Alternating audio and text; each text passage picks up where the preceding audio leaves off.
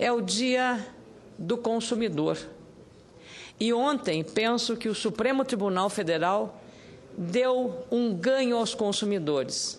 Quem é o consumidor? Consumidor é o contribuinte, consumidor é o usuário, consumidor é o cidadão. Consumidor é aquele que vai em busca de assistência médica e não tem assistência médica adequada no SUS. Consumidor é aquele que usa um telefone celular e não funciona e paga caro. É o cidadão. É o cidadão.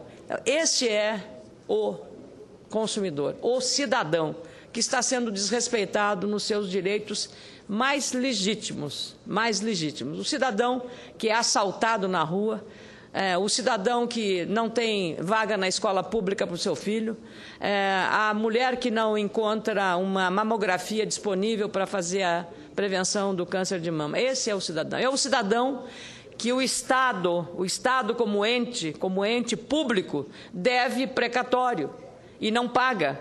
Mas se o cidadão dever para o Estado algum imposto, coitado desse cidadão. É perseguido, vai ter que pagar multa e vai ficar inviável, com uma ficha suja, sem poder operar, numa situação absolutamente desequilibrante entre um poder forte, que é o Estado, e o cidadão. É muito séria, e a decisão tomada ontem pelo Supremo Tribunal Federal em relação ao pagamento dos precatórios é um direito que é resgatado dos cidadãos.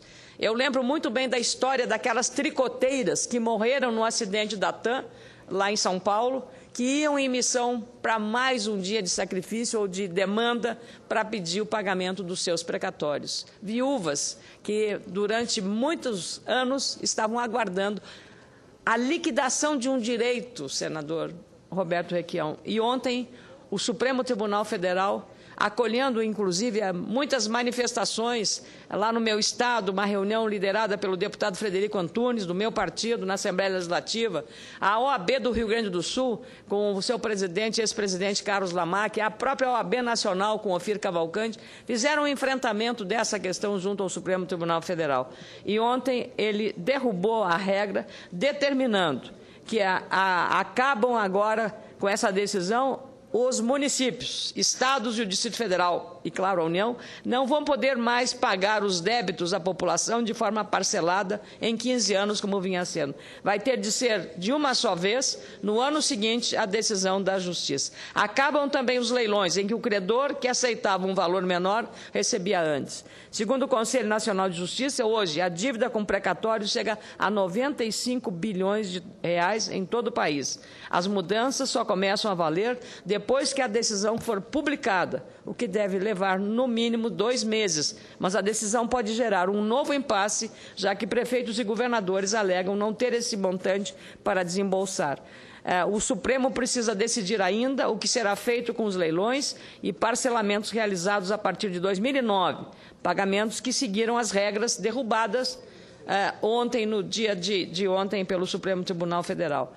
É exatamente nessa medida que eu saúdo essa decisão do Dia Mundial do Consumidor e que, claro, a presidente da República foi citada, penso que ela tomará uma decisão hoje importante, desde que tenha eficácia, porque não resolve fazer um anúncio com pompa e circunstância, mas que isso fique apenas para o interesse de marketagem, de publicidade. O cidadão espera que as coisas cheguem ao seu uso. É fortalecer os PROCONs, dando-lhe a capacidade de multa e a efetividade da execução da multa praticada no caso do PROCON. Esse empoderamento dos PROCONs virá em benefício dos consumidores. Da mesma forma que o empoderamento das agências reguladoras, que foram fragilizadas nos últimos anos, precisam ter uma definição muito clara. Porque não adianta dizer que a Anatel estabelece uma multa de R$1 bilhão, R$1 milhão, R$2 milhões.